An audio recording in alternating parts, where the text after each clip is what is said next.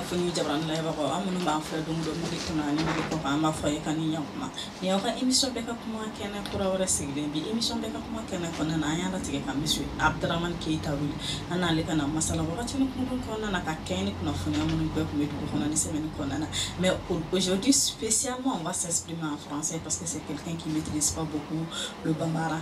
Donc on vous demande des excuses pour cela puisque l'émission se faisait auparavant en bambara. Donc pour aujourd'hui spécialement avec lui, on va s'exprimer en français. Bonjour Monsieur Abdraman. Bonjour. Comment vous allez? Moi je me porte bien, sauf que je suis mal à l'aise de m'appeler Keita et comme présente comme quelqu'un qui ne comprend pas bambara. Ok, c'est pas grave, c'est toujours le Mali. Alors, M. Abdraman, pouvez-vous vous présenter un peu au public? Voilà, Abdraman Keita, directeur de la publication du journal Le Témoin. Bon, parce que ça suffit. D'accord. Donc, M. Keita, nous allons discuter juste un petit moment des informations qui se sont passées au cours de cette semaine. Alors, nous allons commencer. 18 août 2020, 18 août 2021. Qu'est-ce qui a réellement changé? Bon, il est difficile de dire que quelque chose a réellement changé. Je suis même tenté de dire qu'il y a eu un recul par rapport à tout ce qui se passe, parce que nous sommes dans un rétropédalage tel que si on n'avance pas, forcément, on recule. Et je ne pense pas que les motivations qui est prévalu au coup d'État du 18 août dernier est vraiment répondu aux attentes du public malien, et c'est là dans tous les domaines, puisque il n'y a qu'à en juger par le grand retard qu'on est en train de prendre, puisque, comme le dirait l'autre, la réussite d'une transition, et je suis d'accord avec lui sur le médias, c'est d'y sortir. Et je ne pense pas que nous sommes en train de sortir de cette transition. Et des voix s'élèvent de plus en plus pour reconnaître que un retard grave a été accusé dans les caps qu'on s'était fixés dès le départ. Et donc, je suis tenté de dire que la transition, non seulement et pour les conditions même pour y quitter, ne sont pas en train d'avancer. Nous ne sommes pas en train d'avancer dans l'application de l'accord. Nous ne sommes pas en train d'avancer dans la libération du territoire. Toutes choses qui auraient permis d'organiser des élections et de retourner à une vie constitutionnelle et institutionnelle normale. Nous sommes en train de nous éloigner de ça, et comme je l'ai dit au départ, les voix s'élèvent de plus en plus pour parler de prolongation de la position. Et voilà, je pense que vraiment la chose n'a pas changé. Et c'est la même chose par rapport au Front social. Certes, on a pu avoir un terrain d'entente avec la plus grande centrale syndicale, mais les problèmes restent entiers. Les Maliens continuent toujours de se plaindre quelque part ailleurs aussi de cherté de la vie. On avait annoncé à un certain moment une application que moi-même je ne pensais pas possible de l'article 39. Et aujourd'hui, nous sommes replongés dans les mêmes clivages avec les tenants de cet article 39-là. Et vraiment, je pense que cette transition est toujours... Et ce qu'on nous a promis aussi par rapport à la... si vous voulez,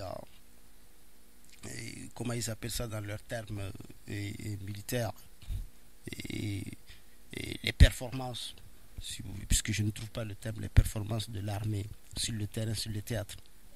Okay. Voilà. Monsieur Keita, vous l'avez évoqué tout de suite, vous avez parlé d'une prolongation. Vous avez dit dans votre intervention qu'il n'y a pas eu de changement. Alors pour vous, est-ce qu'il faudra une prolongation de la transition pour qu'il y ait un changement? Bon, prolongation de la transition, peut-être qu'il n'y a pas d'alternative à cela. Puisque les retards accusés ne nous permettent pas de sortir de la transition dans les règles de l'art, c'est-à-dire en organisant des élections crédibles, des élections acceptées de tous. Mais quant à dire il faut prolongation pour qu'il y ait changement, ça également, je ne suis pas certain. Je ne suis pas certain parce que rien ne prouve qu'en prolongeant, nous allons changer.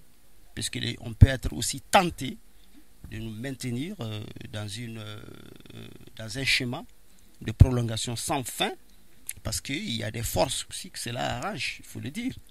Il y a des forces qui ne peuvent pas conquérir les suffrages et qui se complaisent beaucoup plus dans la situation actuelle dans la perpétuation de la situation actuelle, puisqu'il y a au nom peut-être de leur position personnelle, de leur position sociale personnelle, au nom des avantages qu'ils en tirent. Et je ne suis pas sûr qu'en prolongeant, nous allons sortir et nous allons changer avec la prolongation. Puisque la prolongation aussi, si elle est dans une dynamique de se maintenir, on va toujours créer des situations où on ne s'en sort pas. Compris, M. Abderrahmane. Vous l'avez dit, vous n'avez pas constaté de changement au cours de ces dernières années.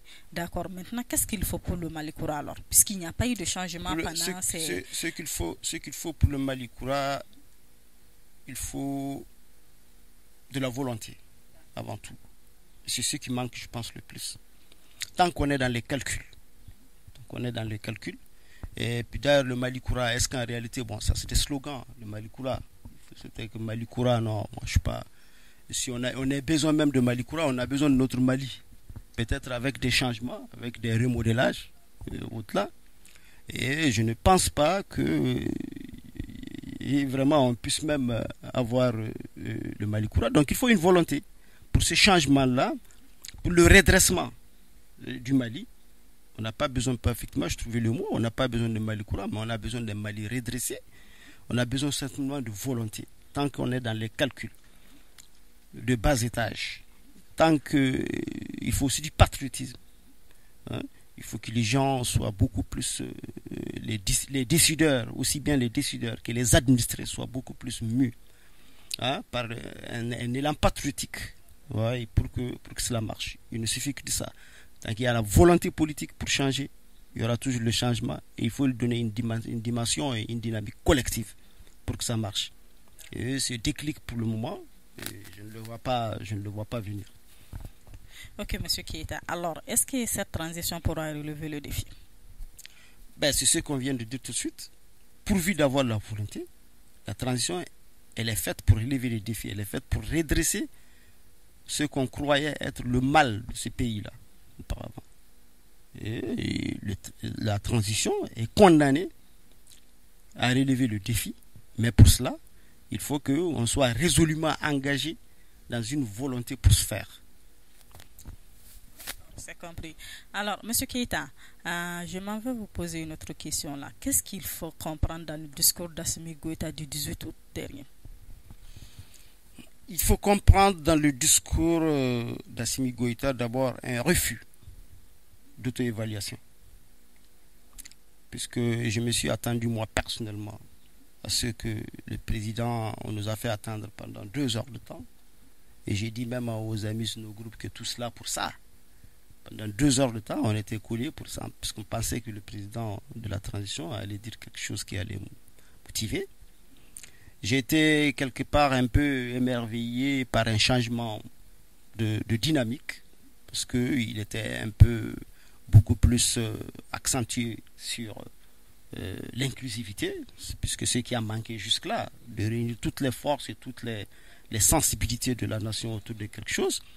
Mais j'étais inquiété par son insistance sur la refondation, puisque la refondation, ça demande du temps, et cela annonce peut-être une prolongation et sans fin. Donc, peut-être que le retour à une vie institutionnelle et constitutionnelle normale est en train d'être repoussé par ce discours-là. Monsieur Keïta, dans le discours, nous avons constaté aussi que l'accent n'a pas été mis sur l'éducation, qui est un des problèmes majeurs de ce pays. Qu'est-ce qu'il faut retenir de ça? Il faut retenir de cela que c'est peut-être la fuite au problème. La fuite au problème, le refus, comme je l'ai dit, de faire une auto-évaluation de la transition. C'est comme ça que moi je l'ai compris. Et puisque toutes les dimensions, les secteurs qu'on devrait évoquer, qui devraient entrer dans la constitution, dans le cadre de ce bilan-là, ne sont pas des secteurs pour lesquels la transition est à l'aise.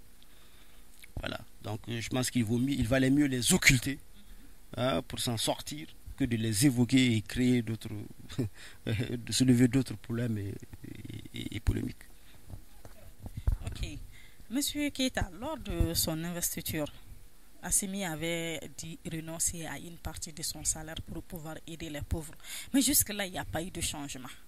Alors, cela est dû à quoi? Bon, moi je pense qu'en réalité, les partis et les proportions de son salaire auquel il renonce ne sont pas les, les proportions qu'il faut pour changer le pays. Ça, c'est minime. Ça, je pense que ce sont des propositions tape à l'œil. À la limite le train de vie de tout le gouvernement. Non, même là, je ne pense pas que ce qu'on va récupérer comme ressources en réduisant le train de vie du gouvernement puisse changer. Et ce à quoi on s'attaque, on voudrait vraiment s'attaquer en réduisant le train de vie des membres du gouvernement, ne relève pas d'une transition. Ça relève d'un régime normal, vu. Voilà, c'est des choses qui participent, si vous voulez, d'une dynamique globale d'assainissement, de gouvernance, qui ne sont qu'une infime partie de ce dont on a besoin comme gouvernance pour redresser, pour récupérer, pour changer la vie des Maliens. Il faut beaucoup de choses, il faut vraiment une grande dynamique pour ce faire, une grande dynamique de lutte contre la corruption, une grande dynamique de lutte contre l'enrichissement illicite, une grande dynamique si vous voulez, de récupération des évasions fiscales et qui affaiblissent les finances publiques. Là, donc je ne pense pas que vraiment les proportions de ressources, peut-être que ça peut peut-être servir d'exemple à d'autres. Pour quelque chose comme ça peut avoir un effet, si vous voulez, pédagogique. Sinon, je ne pense pas que ce à quoi Assimi renonce puisse vraiment contribuer quelque part à changer la vie et le train de vie des Maliens. Non, c'est trop minime pour se faire. Monsieur Keïta, parlons sécurité. Vous avez dit que vous n'avez pas remarqué une dynamique de la force armée sur le terrain. Alors, à quoi est dû jusqu'à présent tous ces attaques perpétuées, tous ces attaques répétées?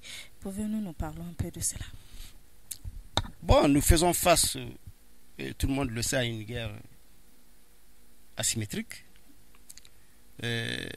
par rapport à laquelle je pense que jusqu'à présent, les autorités ne parviennent pas à trouver les approches adéquates pour y faire face. À cela s'ajoute que nos partenaires sont de plus en plus inquiets, ils sont de plus en plus circonspects par rapport à une possibilité même de prendre le dessus sur les adversaires. C'est dans ce sens que on parle de plus en plus de retrait progressif de la France. Il est vrai que nous connaissions une situation sécuritaire même avec la France, mais il faut s'attendre à ce que ce soit beaucoup plus accentué avec l'absence de nos partenaires et avec l'absence d'un partenariat dynamique entre nos forces et les forces amies, entre nos forces et les forces des pays qui nous entourent.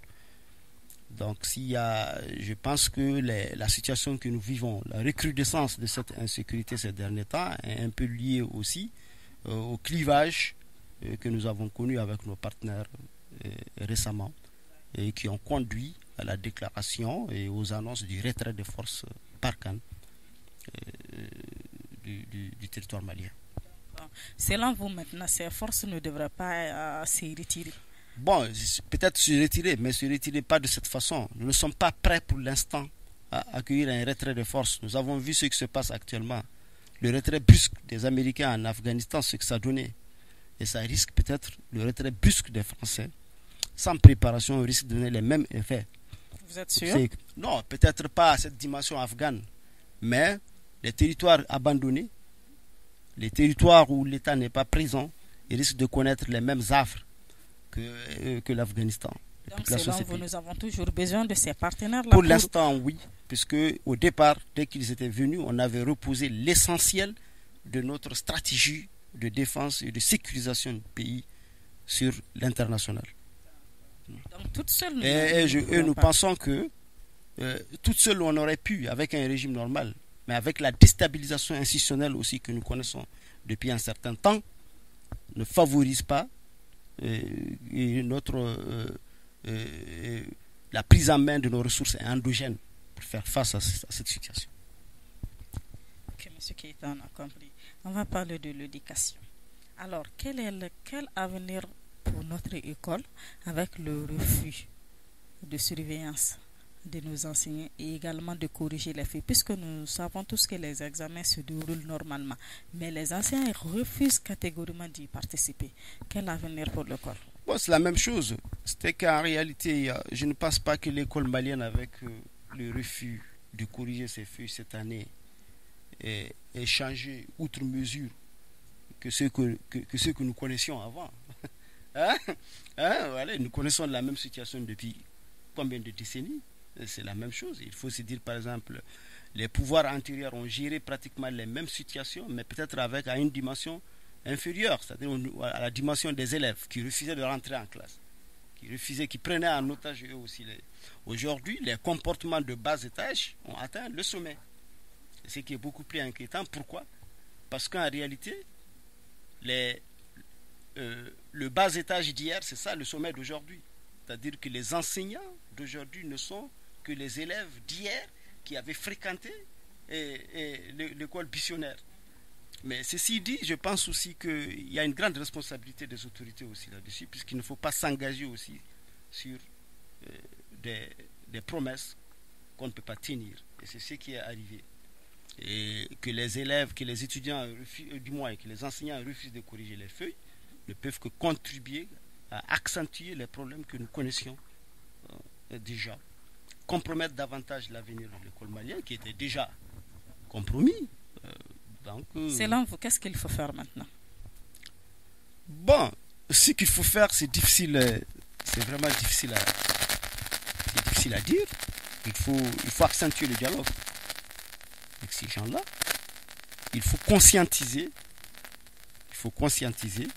pour que les gens puissent comprendre que nous sommes tous dans le même bateau et que si l'éducation croule, ça croule pour l'ensemble des familles maliennes. Et il faut savoir renoncer. C'est à quoi? Renoncer à certains avantages, puisque l'article 39, c'est quelque chose que les enseignants considèrent comme un acquis. Or, il est d'évidence que les finances publiques actuellement, la situation économique et financière du pays n'est pas assez solide pour supporter les implications de ces promesses faites aux enseignants. Il faudra que les enseignants renoncent à l'article 39. Il ne faut pas renoncer forcément à l'article, il faut peut-être des réaménagements de l'article. Il faut des réaménagements de... Revoir l'article. Revoir l'article, effectivement. Revoir et même pas l'article. Revoir le texte, même l'ensemble des textes où se trouve cet article-là. Et il faut un grand dialogue au sein même du Front social, puisque cette histoire a entraîné aussi des clivages au sein même du Front social.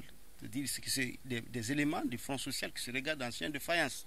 Et chacun pense que les acquis de l'autre sont des acquis obtenus au détriment de l'un.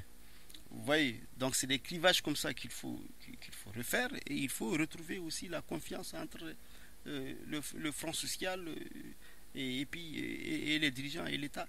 Mais je pense qu'en réalité, pour l'instant, ce n'est pas un régime exceptionnel de gérer ces problèmes-là. C'est ce qu'il faut faire comprendre aussi aux enseignants. Or, les fronts sociaux, ils ont tendance à dire que ce qu'on n'obtient pas avec des régimes fragiles, on ne peut pas l'obtenir avec des régimes qui bénéficient d'une légitimité populaire. Donc, il faut que les Maliens quittent cette dynamique-là. Et voilà, sinon, je ne dis pas que les enseignants n'ont pas droit à des meilleurs traitements, mais à l'impossible, nul n'est tenu. Il faut d'abord créer les ressources nécessaires pour leur assurer ce meilleur traitement avant de s'engager. Et tout le monde sait que l'article 39 a été obtenu, et dans les conditions dans lesquelles l'article 39 a été obtenu, c'était avec un régime fragile et vacillant. Donc, ça ne pouvait pas s'appliquer. Donc, selon vous, il faudra vraiment revoir l'article 39. Il faut le revoir. Il faut le revoir puisque réellement, je ne pense pas qu'actuellement, là où nous sommes, l'État puisse, je l'ai dit à d'autres occasions, l'État puisse avoir les ressources nécessaires pour honorer ses engagements. Ok, M. Keïta, dans un État comme le Mali, qu'est-ce qu'il faudra retenir de l'implication du ministre des cultes lors des différents affrontements des imams qui se sont Je pense que c'est mais il n'était pas dans son rôle. Il n'était vraiment pas dans son rôle. Ce n'est pas un ministre de la République de descendre à ce niveau. Et surtout qu'il n'était pas dans son domaine non plus. Le domaine du culte, il n'était pas dans son domaine. Vraiment, c'est des choses, je pense, qu'il faut corriger. Il faut redresser. Il faut peut-être organiser même des séminaires gouvernementaux, je veux dire, pour faire comprendre. Séminaires gouvernementaux pour faire comprendre aux ministres les champs. Les champs et les limites de leur intervention. Parce que si on nomme quelqu'un quand même comme ministre, donc ça trouve que déjà il a une certaine assise dans sa tête. Bon, pas mais forcément. Si vous nous dites maintenant d'organiser des séminaires pour des ministres. Vous savez, c'est normal, ce n'est pas une équipe gouvernementale comme ça qu'on aurait eu au Mali. Voilà, c'est une équipe gouvernementale qui répond un peu à la situation, aux considérations de la situation que nous avons connue. C'est tout. Donc, c'est pourquoi je dis, ce qu'on doit faire avec celle qu'on a, hein, il faut maintenant aller avec eux et que l'État prenne ses responsabilités face à des comportements. Donc, selon vous, maintenant, il faudra que l'État organise des séminaires pour les... Non, ça se comprend. Les séminaires gouvernementaux sont faits pour ça. C'est en réalité pour coacher les ministres, les membres du gouvernement, pour les protocoles, comment, dans quel domaine ils doivent agir, quels sont les champs de compétences. C'est pour ça qu'on organise les séminaires gouvernementaux. C'est leur vocation. J'ai compris. Alors, pour fermer, M. Keïta, l'habillement de l'autre jour du Premier ministre Choguel Kogala qui s'est habillé en tenue militaire, beaucoup de gens ont jasé là-dessus. Qu'est-ce qu'il faut faire? Ça, c'est un aspect qui m'a échappé. Peut-être que j'allais jaser, j'aurais été peut-être le premier à jaser là-dessus. Je ne sais pas, ouais. Bon, moi je ne l'avais pas, mais pourquoi pas? Si les militaires,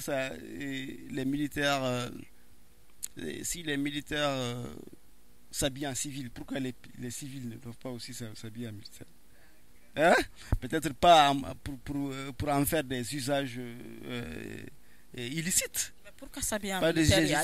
Pourquoi s'habiller en militaire aller sur le terrain? C'est peut-être seulement pour traduire. Je me dis que c'est peut-être pour traduire la bonne intelligence qu'il existe entre le chef du gouvernement et le chef de l'État. D'accord, Monsieur Keïta, c'est tout pour aujourd'hui. Donc nous avons été très heureux de vous accueillir sur notre plateau. Merci. Donc on vous donne la parole pour votre mot de fin. Bon, le mot de la fin, je ne me suis pas apprêté à un mot de la fin parce que pour moi il n'y a pas de fin. Pour moi ça continue toujours et la fin est une ouverture, si vous voulez. Bon, je pense que que le Mali est fait de l'actualité de tous les jours, mais ce qu'on ne doit pas perdre de vue, c'est que nous sommes tous dans le même Mali et qu'il faut vraiment des volontés et des dynamiques beaucoup plus patriotiques pour qu'on s'en sorte et non pas des approches circonstancielles qui font que nous demeurons toujours au même endroit au lieu d'avancer. Et je pense que nous devons prendre l'exemple sur les pays qui nous entourent. Vous voyez par exemple en matière de rassemblement, d'unité nationale, le bon exemple que la Côte d'Ivoire vient de nous donner après s'être tuée par milliers pendant la décennie écoulée. Voilà, je pense que le Mali doit prendre des exemples comme ça et le pays doit prendre des exemples comme ça. Et j'encourage aussi des animatrices comme vous qui soulèvent les questions réelles auxquelles le pays est confronté et qui tentent d'y trouver une solution. Voilà. Allez, merci beaucoup, M. Keïta, pour votre passage. Maliki kunafoni jabran laiba onini kumi bi émission beka kuma kena kono dai bi amba foku wa kambe émission beka kuma kena waraka.